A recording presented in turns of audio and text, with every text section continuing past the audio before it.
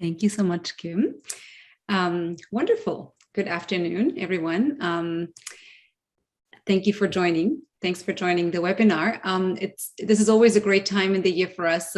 We've collected so much MDI data. The district reports were just released today. All of you have had an opportunity to look at your school reports as well. And this is really a good time for us to reflect and to come together and to think about, okay, and what are the overall trends that we see in the province? What is the data from this year that we've seen in our province with the MDI? And what is maybe some data from previous years? And how can we all try and make sense of this together? So in the end, there'll be an opportunity to have a bit of a conversation, and we would like to hear from you as well.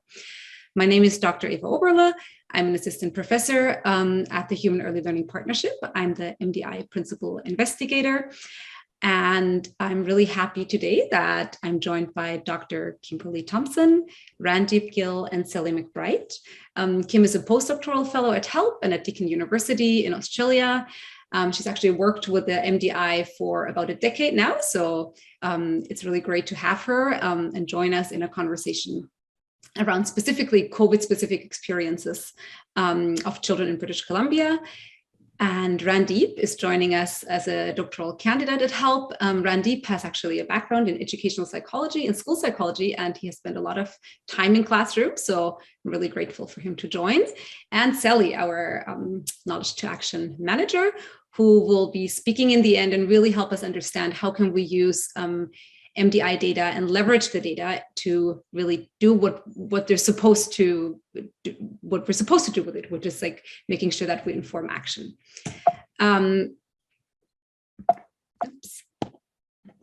Okay, and before we begin, I'd like to take a moment and acknowledge the land we were meeting on here in this virtual space today, and also the land where a lot of the MDI work takes place. The work is located on UBC campus, which is placed on the traditional, ancestral, and unceded territories of the Musqueam people. I'm personally right now speaking from the Tsleil-Waututh, Squamish, and Musqueam people from their unceded territories. I'm a first-generation settler here in Canada, and I'm very grateful that I get to live and to work here. We have a packed agenda.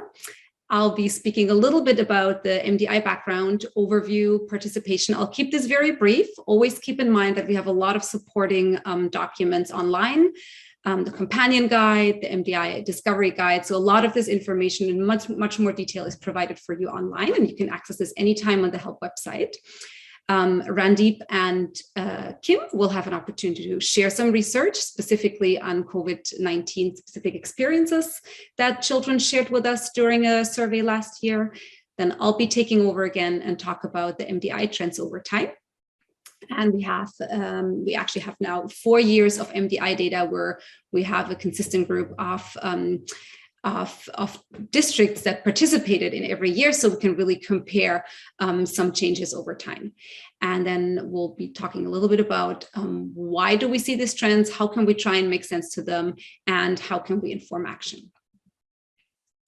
For those of you who are newer to the MDI, as a little reminder, the MDI is the Middle Years Development Instrument, a self-report survey. It was developed for children in grades 4 to 8. The MDI is based on theories of positive youth development, positive psychology, ecological systems theory, trying to understand what are the strengths, what are the assets, what are the experiences that benefit health and well-being in childhood and adolescence, and how can we look at these strengths, assets, and experiences in a positive way based on the different contexts in which children grow up, including schools, but also their home, and also the province as the larger context, of course, for us here in BC. The MDI is a self-report tool. So when the MDI was developed, it was very clear that we wanted to have an opportunity for children to express their voices. We wanted to hear from children rather than to ask parents or teachers how children are doing. And this is really an opportunity for us to learn how kids are experiencing their day-to-day lives in school, outside of school, and give them a voice in our society. The MDI measures experiences in and outside of school across different dimensions. All of these dimensions have been identified in research. and are strongly linked to health, well-being, mental health, and academic achievement. So that's why we brought all of these together, and we collected the strongest indicators that we think indicate positive development and well-being of young children in society. So these 5 domains include social emotional development, physical health and well-being, connectedness with peers and with adults in the neighborhood, in school, and at home. So this is like reaching a little bit into the community context. School experiences and children's use of after-school time. After-school time, we look at both the organized activities children participate in and also their use of their unstructured time. For example, are kids reading? Are kids using screen devices? What types of screen-based activities are they engaging in? When we look at the participation of the MDI in the MDI was first launched in 2009. So it's been now 13 years of data collection with the MDI. And what we really have seen is a great uptake, a huge growth of the MDI. About, I think 4 years ago, we added grade 5, 6, and 8 to our MDI data collections. We originally only started out with grade 4 and 7. And this year we had over 30,000 students in BC completing the MDI. It's been really great to see such huge uptake that really allows us to give many children in the province a voice. You see the map here of the province. A few of the areas are still gray. These are areas where children haven't participated yet. And of course, we're hoping that eventually we get to hear from all children across the province and see what is it that is going on in their lives and how do they experience their life in school and in the community, and how can these data be used to really inform decision-making and planning in schools, districts, and in communities. This is an overview of the districts that participated this year. We had 36 different districts, and it was really great to see that the average participation rate was 78%. In some of the districts, it was very high, and some of them was way above over 90%. So it was really good to see such a strong participation rate, in particular because we want to think about the MDI data also being representative within school districts and within schools, and of course within the province when we speak about these findings. Okay, this is a point now where I'm turning it over to Kim and to Randip, and they'll be specifically talking about research that was conducted to understand COVID-specific experiences. And Kim and Randip, you just tell me next, and I'll be clicking to the next slide as we move through. Great, thank you, Eva. And it's really wonderful to be here today. As Eva mentioned, I've been a part of the MDI team for a long time, and unfortunately, I can't see everyone's faces who may be here, but I'm sure there are some familiar faces. So hello again. So Randip and I are going to be sharing some findings with you from recently published research, which examined how students are doing during the COVID-19 pandemic. Eva, next slide, please. So this is the title of our study, which is publicly available. And Kim M, at your leisure, feel free to share that study in the chat. So the sample for this study was over 1,700 students in the Coquitlam School District who had just happened to have completed the MDI both in grade 7 prior to the pandemics in the 2019-2020 school year, and again in grade 8 once the pandemic had started. So the MDI happens in sort of that January-February window of each school year. So that unique timing enabled us to assess changes in well-being for the same children over time. And we were also grateful to the participating school districts who supported us in including 18 additional items that specifically measured the impacts of the COVID-19 pandemic and related restrictions, which we refer to as the MDI COVID module. So in addition to the standard MDI measures that Eva discussed, such as life satisfaction, optimism, and sadness, this COVID module measured students' self-reported changes in relationships, mental health, their time use, the activities that they missed doing, as well as positive changes and coping strategies. Eva, next slide, please.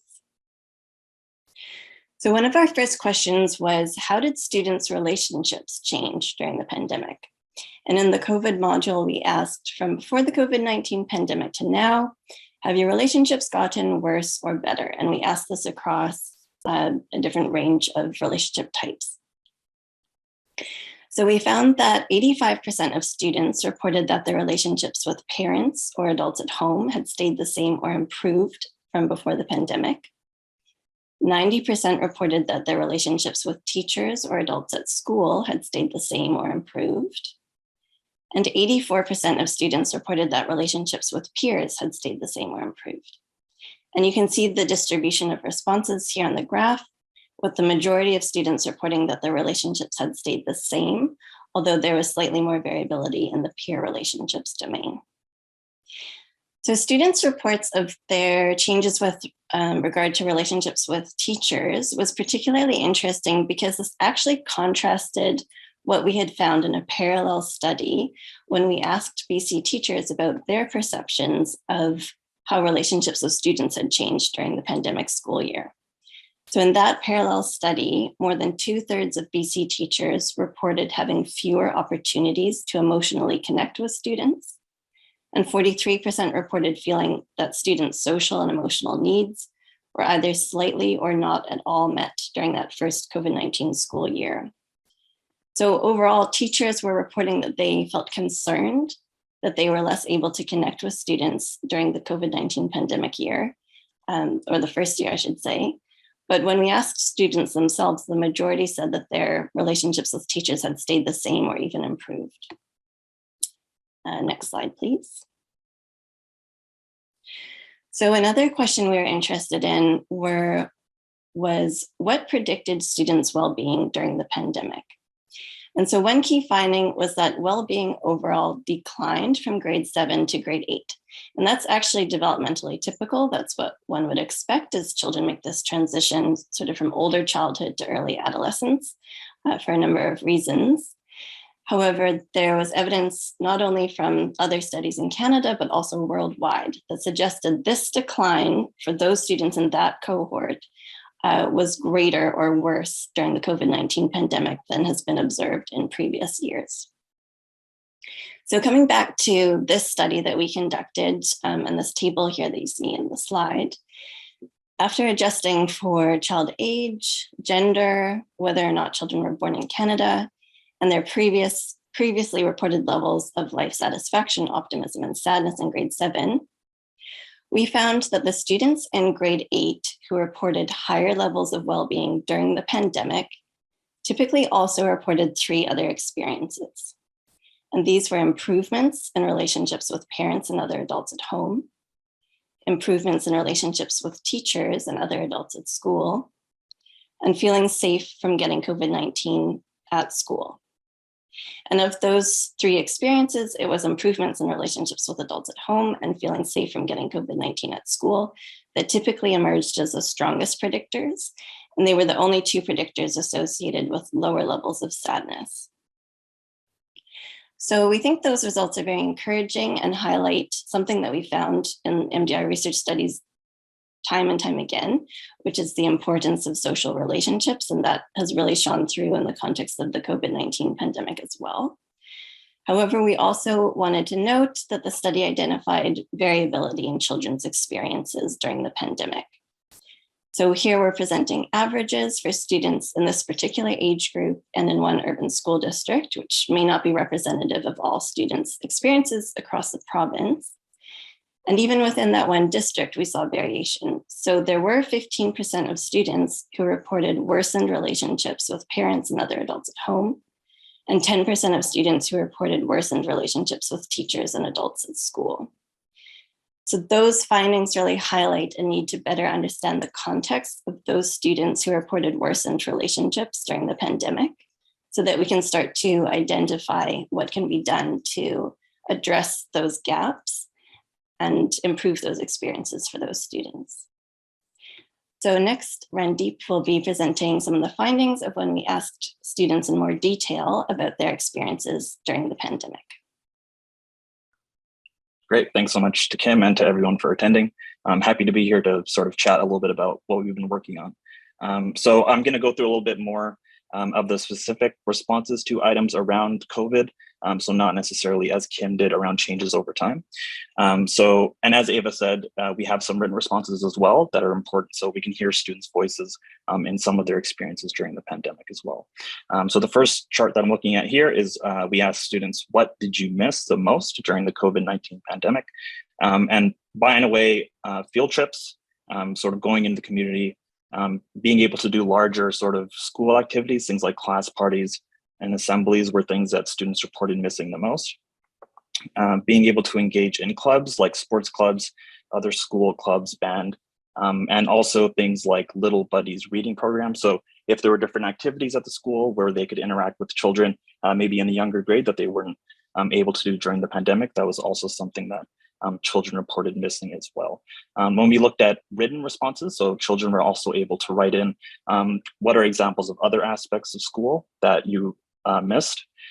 Things like, and these are using students' voices, being able to see other friends and hug them during recess or lunch. So a common theme was sort of being restricted and being able to physically interact with other children at the school was something that kids missed. Another theme that came up was being able to freely walk around the school with anyone. So things like being able to choose where to go during break periods, like at lunch, being able to freely go to the library, being able to choose to kind of stay inside rather than going outside was also something that children reported missing as well. So next slide, please, Eva. We also asked children what has helped you deal with or cope with worries and stress related to the pandemic. So as Kim also noted, by far and away, the most common response was sort of building and maintaining social connections. So connecting virtually with friends was something that children really reported relying on or utilizing to deal with the stress of the pandemic.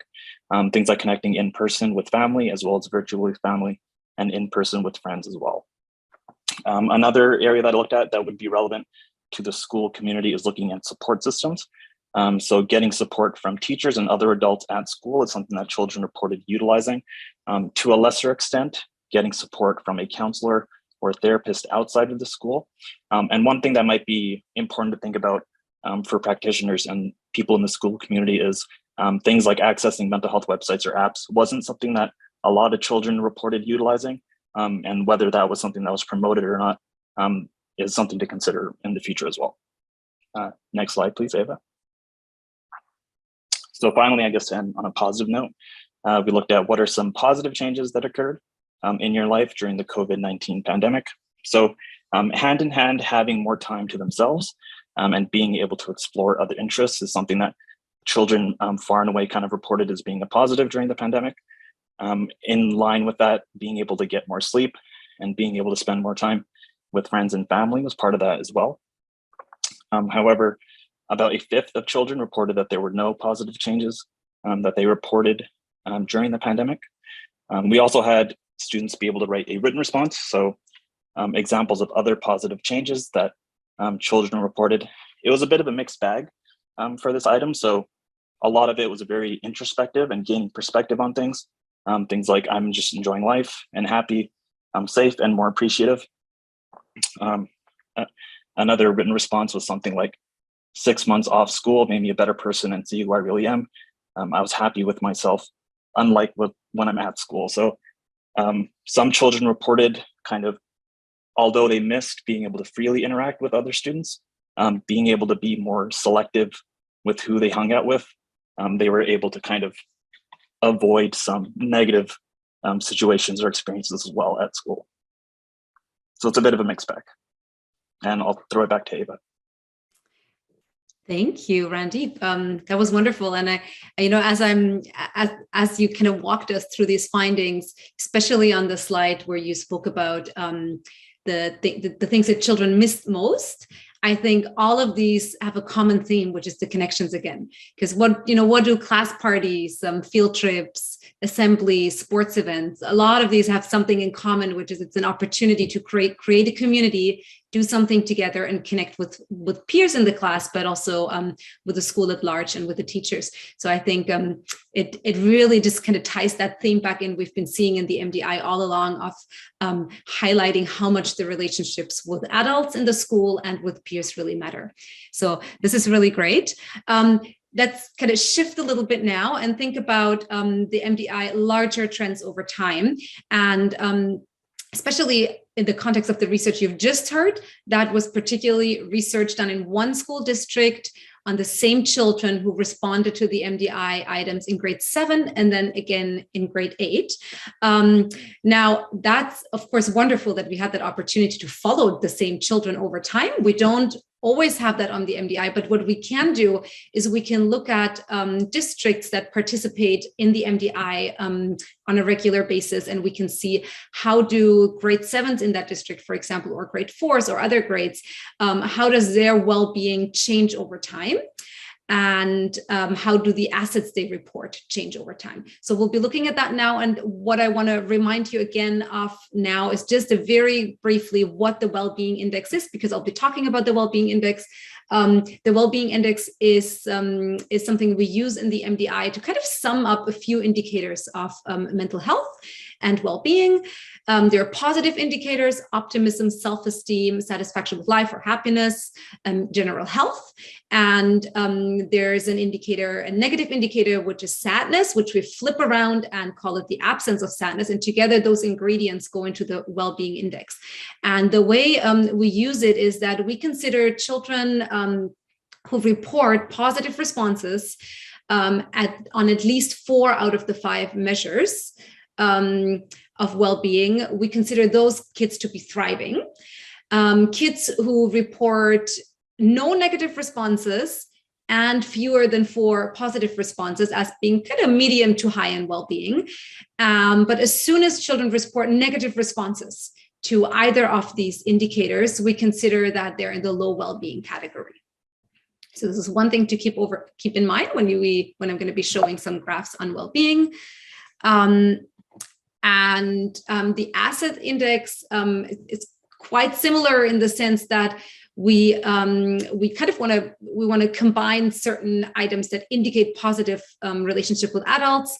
Example, children who have the relationship with adults asset, those are children who on average report positive and supportive relationship with adults in school, in the neighborhood, and at home. And if on average these are positive, then they're considered having the asset. Same for peer relationship, both peer belonging and friendship intimacy are part of that. Then for after school activities, we consider those children having the asset if they participate in at least one activity at least once a week. That's when they are considered of having the asset. And similar for nutrition and sleep, what goes into that is eating breakfast, meals with adults at home, and frequency of good sleep. And for each of those, this has to happen at least 3 or more times per week for them to be having, to be considered to have the nutrition and sleep asset, so the health asset. So let's look at some changes over time. And what we see here are really trends that are a little bit concerning. And we've been trying to understand this and would love to also have your help maybe in the end of the webinar to try to understand a little bit of what's going on in children, what's going on for children. So what we see here, this is the grade 7 data. This, by the way, is data from the whole province. So this is not just the same districts that participated in the MDI over consecutive years. So these are provincial data from all the districts that have participated so far in the province. So it's a very large data set.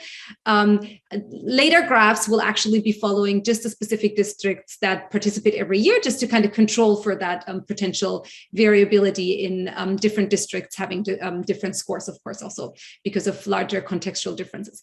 But what we see here is like a very clear stepwise decline in well-being over time. So this reports the percentage of children thriving, and you see 2019 to 2020 to 2021 to 2022. It's almost like stairs, and every year it's going down a little bit. Especially, we noted that there's been quite a large step from the last year, 2021 to 2022. It's important to understand the larger context here. Of course, for many of us thought, okay, last year was a big COVID year. That was like the shock when we all thought, whoa, what's going on? Everyone was grappling to understand. But then this year was maybe also the time when children really had been exposed to the pandemic then for, almost, 2020 is when it started. Yeah, for way more than a year. 1.5 years. So maybe this is partly also what we're seeing here, that it was really sinking in for children. What we also might be seeing here is when the MDI data were collected right after Christmas break, and BC had an extended Christmas break because of Omicron. So we were all kind of in the middle of that third wave. So there was still a lot of uncertainty for children. However, we also do note that for the grade 4s here, we don't see this so drastically. So for grade 4, for example, in 2021, the first pandemic year, kids actually were quite stable. We didn't see an overall decline in well-being. We did see it though going into this current year. The pattern is really the same for all of these. So I think this is something we really need to think about, what is going on for children and what's the larger context we're seeing here. So here, what I've done is I've kind of split it up into the different indicators to see, is this pattern consistent across the different well-being indicators that go into the well-being index? And it is. I would say it's most pronounced here for optimism. That's kind of like the biggest drop. Less pronounced for general health, for example, but really for us to try and understand for the grade 7s here, and these are grade 7s from the where the same school districts participated over 4 consecutive years. So we've controlled for those kind of differences. We might also have as an explanation for the larger kind of pattern, but the pattern is really the same, that we see a decline in well-being across all the indicators here for the grade 7s. It's similar for the changes in health habits. Keep in mind that this is at a population level. So even like a 2% drop or 2% increase, or just a change of very small numbers are quite important, I think, to think about if we think about it at a population level. For example, if you compare here from 2019 to 2022, across those 5 years, there is a drop in children reporting getting a good night's sleep, 5 or more nights a week. There's also a clear drop in children reporting that they eat breakfast on at least 5 days a week over the years. And there's an increase in children reporting eating junk food 5 or more days a week. So that's something to keep in mind regarding how our health habits changing for older kids here, for the grade 7s. I didn't pull out the grade 4 graphs because this was not the case for grade 4. So really I'm zooming here into the grade 7s because that's where we see these biggest changes that we're trying to understand. Here again, we have the grade 4s and the grade 7s, again, in the same districts that participated over 4 consecutive years. And you see, for example, regarding health habits, it's actually quite stable. There is a little bit of a small drop here in the first COVID year, but there's also recovery again in the next year. We don't see that recovery here for the grade 7s, and instead it actually just keeps going down consistently.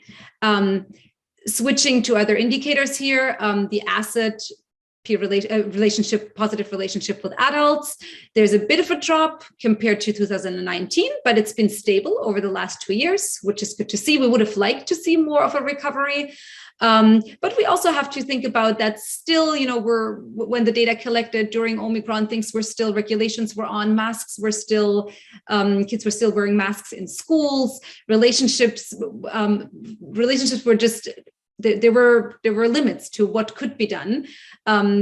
Physical distancing was still more in place earlier in the school year. So I think this might also be something where we just have to give it another year or two, hopefully, as we're kind of moving more towards the end of the pandemic. Adult relationships in grade 7, again, compared to grade 4, there's a steeper decline here, specifically comparing this to 2019, 2020. So the drop from here to there is around 3 to 4 percentage points probably, which is quite a big number, I think, when we talk about the population level. One thing that was nice to see, that when it comes to participating in organized activities after school, as we would have expected during the first pandemic year, there was a big drop. Some kids went online and so on. So there was still activity participation, but it was a clear drop during the pandemic year in participation in after school activities. But the grade 4s at least actually recovered quite well. And a lot of kids are participating again among the grade 4s. There has been some recovery as well for the grade 7s, not as much for the grade 4s. So we also want to think about what sometimes when there's a change in health habit, and the biggest after school activities kids are participating in is sports, which is also, I think we can consider this also a part of a health habit. But once kids drop out of these activities or are forced to step back from the activities, what are maybe the barriers again to just come back on and engage again in these activities and bring them back into your life? So for some of the things we're talking about here, especially participation in activities, it could be that kids have just settled into new routines, into new habits, and it's just a little bit harder to get back to your old routines and old habits that might be more conducive to health and well-being for children. This graph here, I really wanted to show because it shows us how we can put the assets and the well-being indicator, percentage of children thriving, into relationship with each other. And I'm going to try and explain this here as well as I can. These are data over the last that we have collected across the province since 2013. And I'm going to show it with two most recent years, 2019-20 and 2021. So what you see here is on average, the grade 7s that we consider based on the well-being index to be thriving in 2019, 2020 was 31%. And 31% is where that red line is here. However, those who reported having the health asset based on their responses, those who had the health asset, they have an added benefit. So this is the buffer. So if you had the health benefit, if you had the health asset, you were much more likely to be thriving compared to not having it. Same for the adult asset, the activity asset, and the peer asset. So this really shows us that the presence of assets, relationship assets and activity assets and health assets is still a protective factor. It's still a buffer for well-being. It's still important because these are often actionable parts where we can really do something in schools to engage children in a particular way to foster these assets. And these assets are still protective for children's mental health and well-being. But we do also want to acknowledge that across the board, despite this positive relationship between the assets and the well-being, there has been a decline in well-being and there has been a decline in assets. What you don't see here is that if children have all four of these assets, this is an even bigger buffer for well-being than just having each of them individually. But that's not something you can see from this graph. So this is kind of like the message here is again, like, think about how can we actually look at the assets that we can foster in the school community, and how can we do this, and what are some specific strategic ways of leveraging the MDI data to work on this, because they're positive related to well-being and resilience in childhood. So one of the last slides I want to look at here is the unstructured activities children are participating in. So how do they use their time outside of school, specifically with regard to unstructured activities? As you would probably have guessed already, especially in the transition to the pandemic year, the first pandemic year, kids started being much more likely to hang out with friends remotely through, video calls or chatting, text messaging, and so on. And it seems like that has actually stayed into this year, even though for a lot of children, play dates at some point were possible again, getting together in person was possible again, but it sounds like the remote socializing actually stayed as a form of socializing. Kids also, the increase in video games has not gone back down. We were kind of curious to see, does screen time go back after kids are able to just engage in other activities again, but it hasn't, at least in this year. I didn't circle here the TV, internet, and streaming one because that has always consistently been high. It hasn't gone up. It's almost maxed out already. It hasn't gone up more higher during the pandemics. It's just kind of stayed high consistently. We see some other drops. For example, fewer kids are working in jobs. Of course, during the first pandemic year, all the jobs were canceled. Kids couldn't actually work in any additional jobs, babysitting and so on. There's been a small recovery, but not so much. Kids are still not working as much as they used to. Same for volunteering. And same also here for participating in unstructured sports. Unstructured sports would be kids just meeting at the park and playing soccer or hanging out in other ways. What do kids wish to do? We always ask them, and it's always great to see what they actually say. What are their wishes? And this is I like this slide. Barb, who worked with the data, created really wonderful slides to see what are these word clouds that come up when we plug in all the answers that kids give us. These are answers based on children from this year, from grade 6 to 8, and 60% of them indicated sports in the wishes that they have.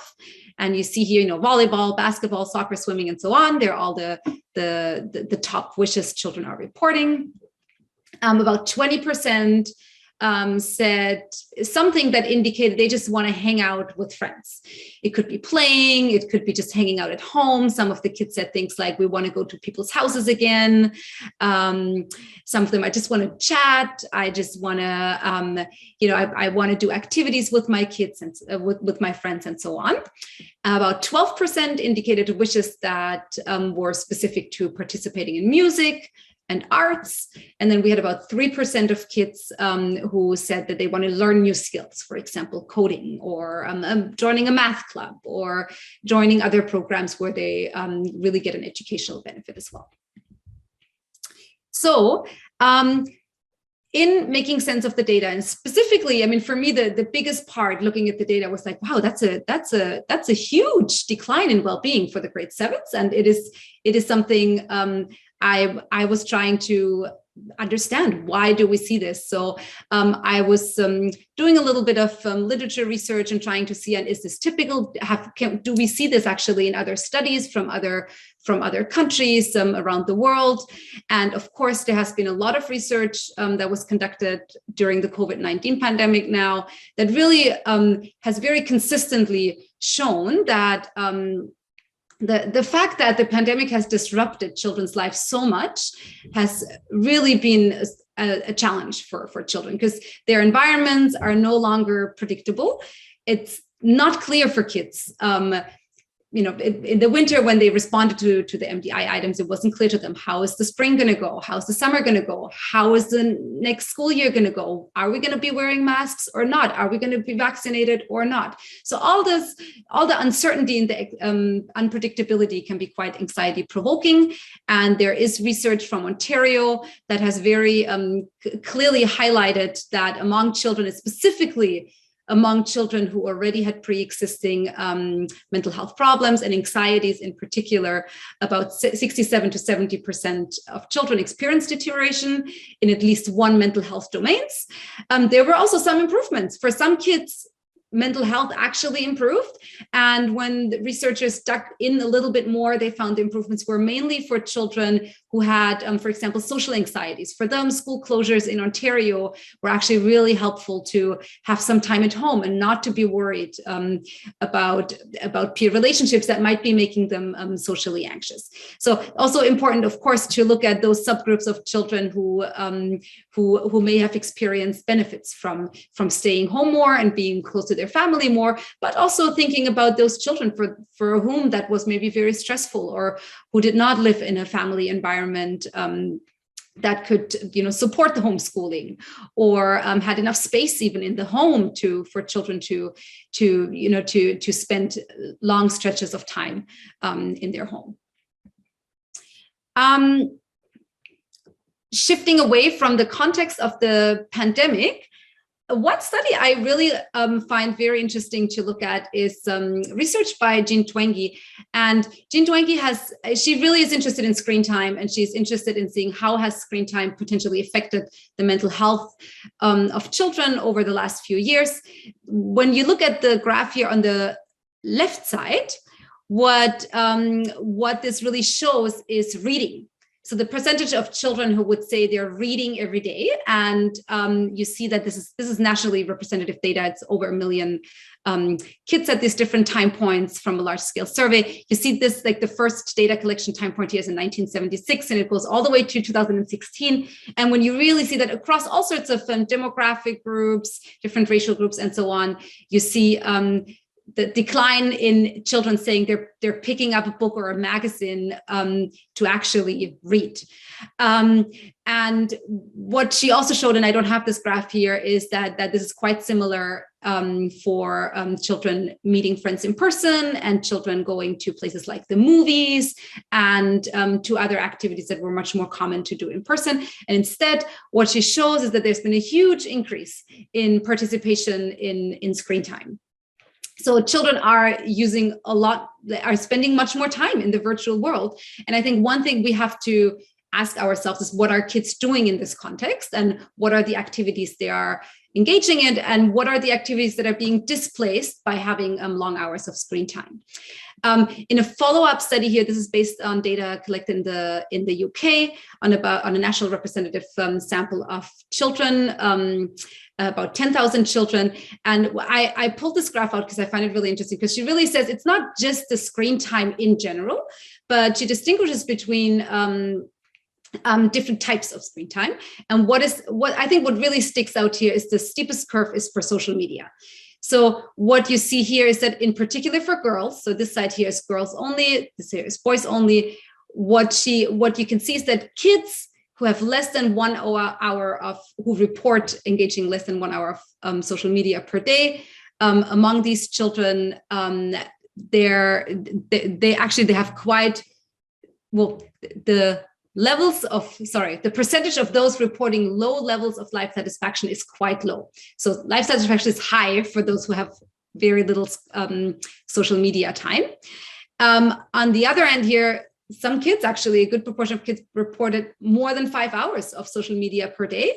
And in that group, about 33% of girls reported low levels of life satisfaction.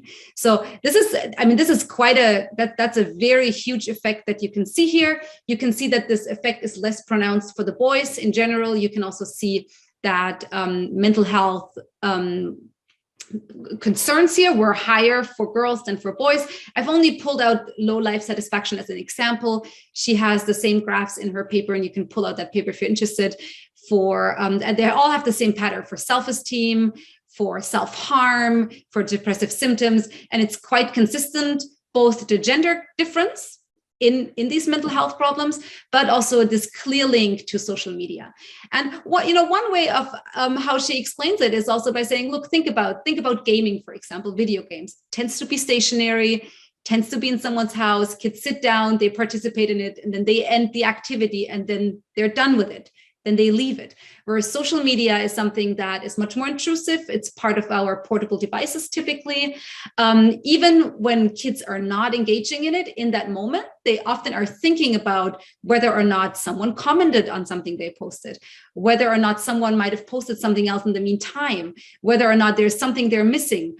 So just thinking about the potential reasons for why social media might be having such a strong effect on mental health, and especially on the mental health of young children.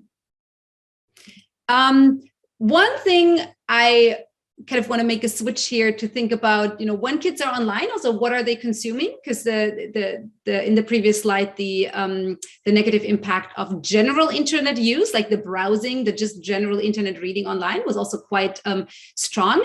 And what we do know from research is that kids are exposed to a lot of environmental news online. Kids understand, and it's important for kids to understand that climate change is happening globally.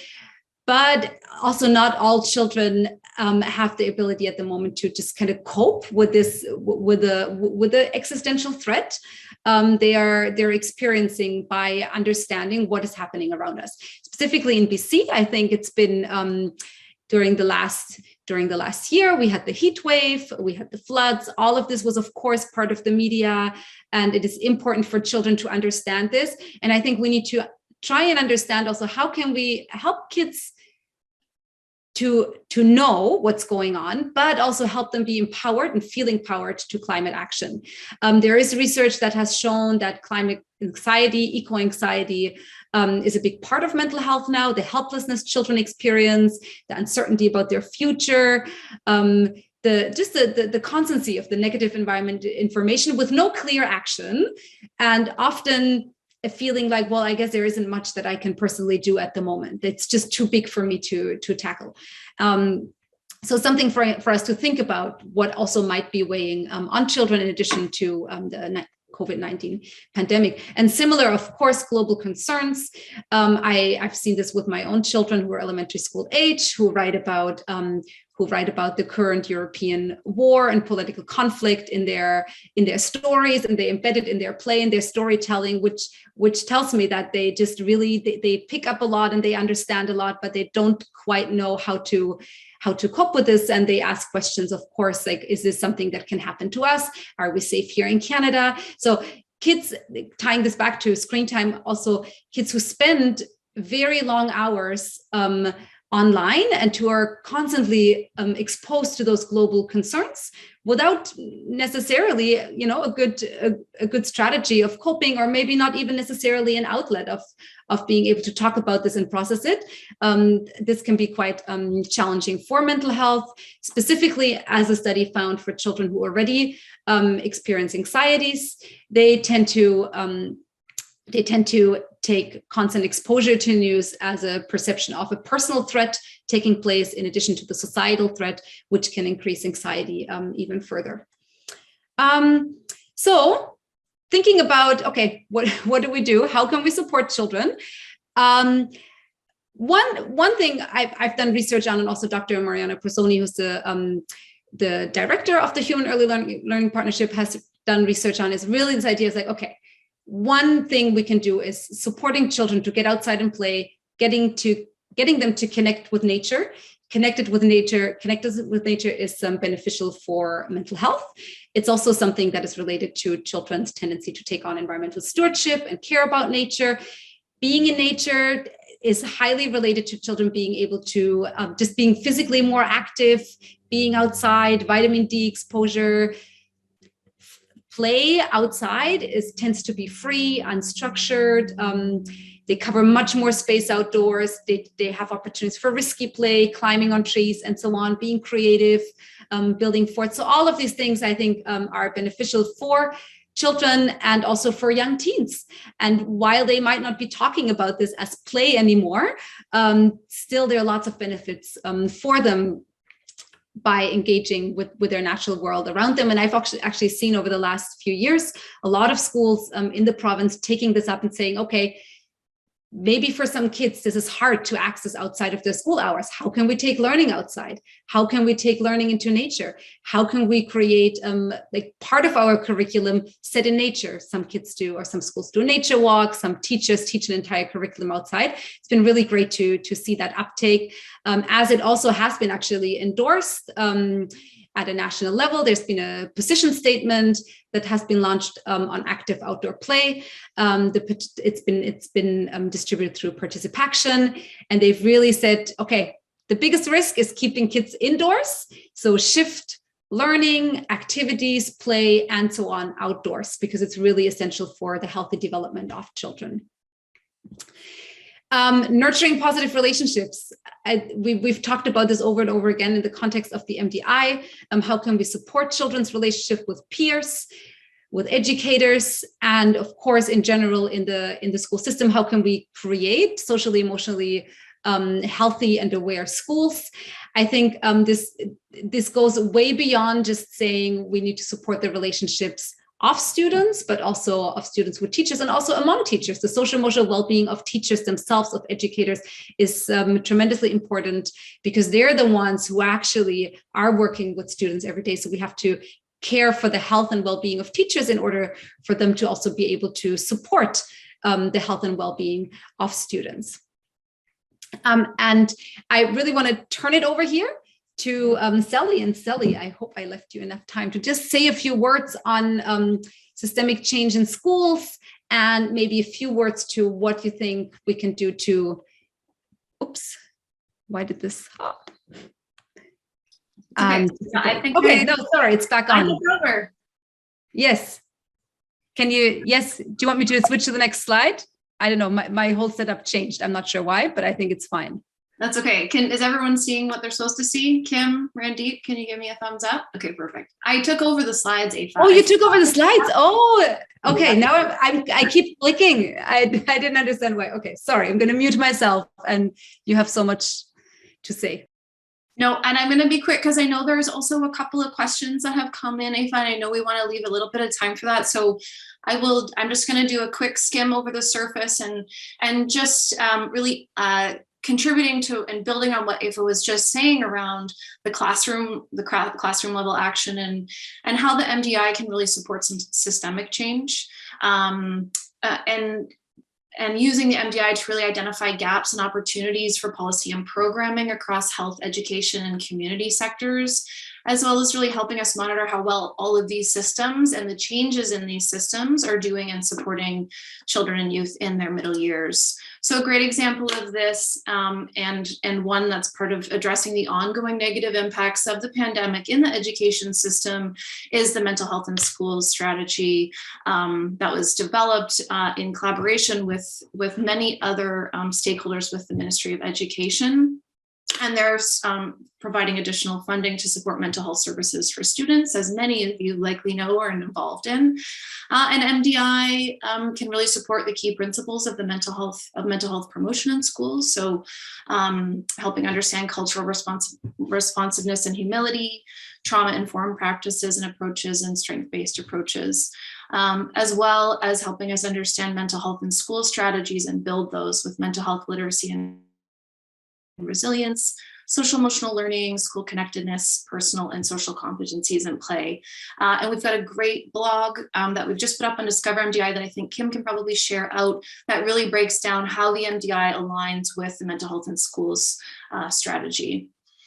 And also collaborative action. MDI really can be used to frame children's well-being as a shared responsibility, foster dialogue and new relationships, and also supporting the creation of shared priorities for action across communities or regions that are really inclusive of the health, education, and community systems. And again, there's some great examples on Discover MDI.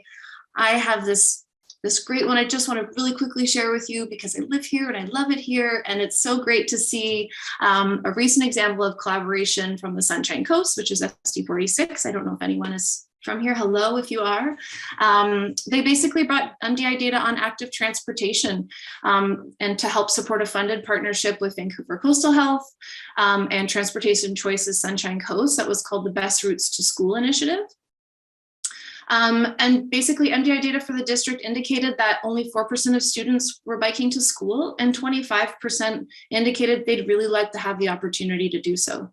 And so this initiative, brought the data to the table and is really aiming to improve transportation options for students across the district's many communities. It's a very long geographic community with the goal of improving children's safe, active transport opportunities, mental and physical well-being, road safety and injury prevention, as well as engaging students in local climate action. So again, coming back to that intersectional nature of the MDI and its ability to help kind of foster action around the whole child and across our systems.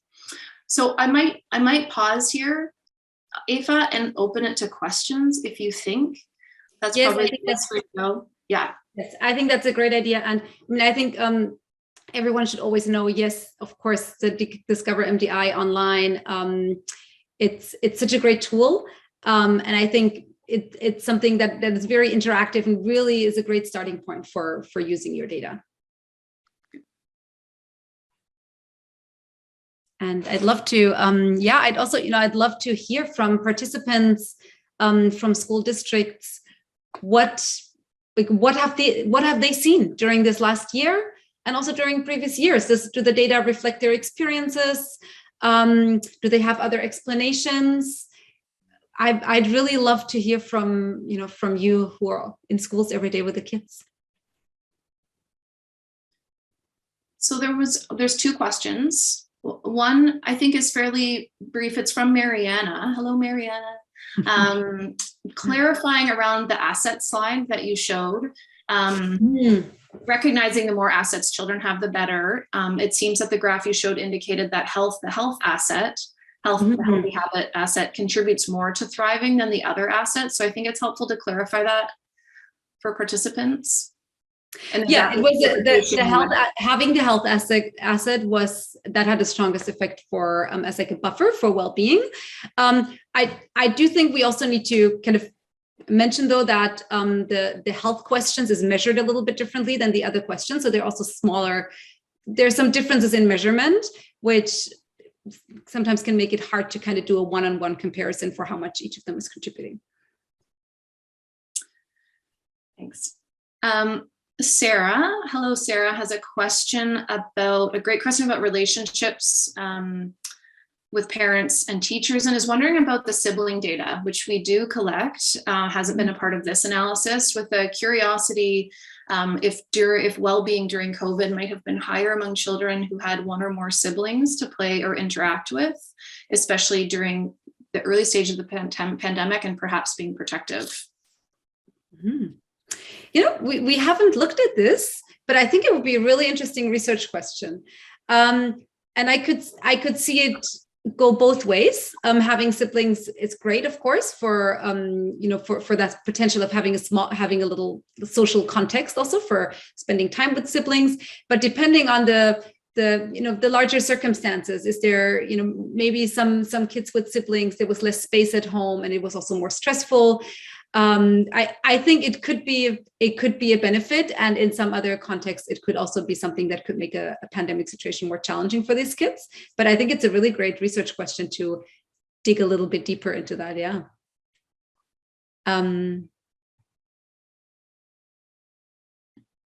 I see that here, Cynthia. Thank you for pointing out the economic impact. Yes. So students who you feel like students were definitely there are more students showing up without food or without lunch or snacks, or just not having properly slept. And it sounds like specifically the health habits that we showed is something where the larger context of the pandemic has really shaped how, to what extent children can even practice these healthy nutritional and sleep habits and so on.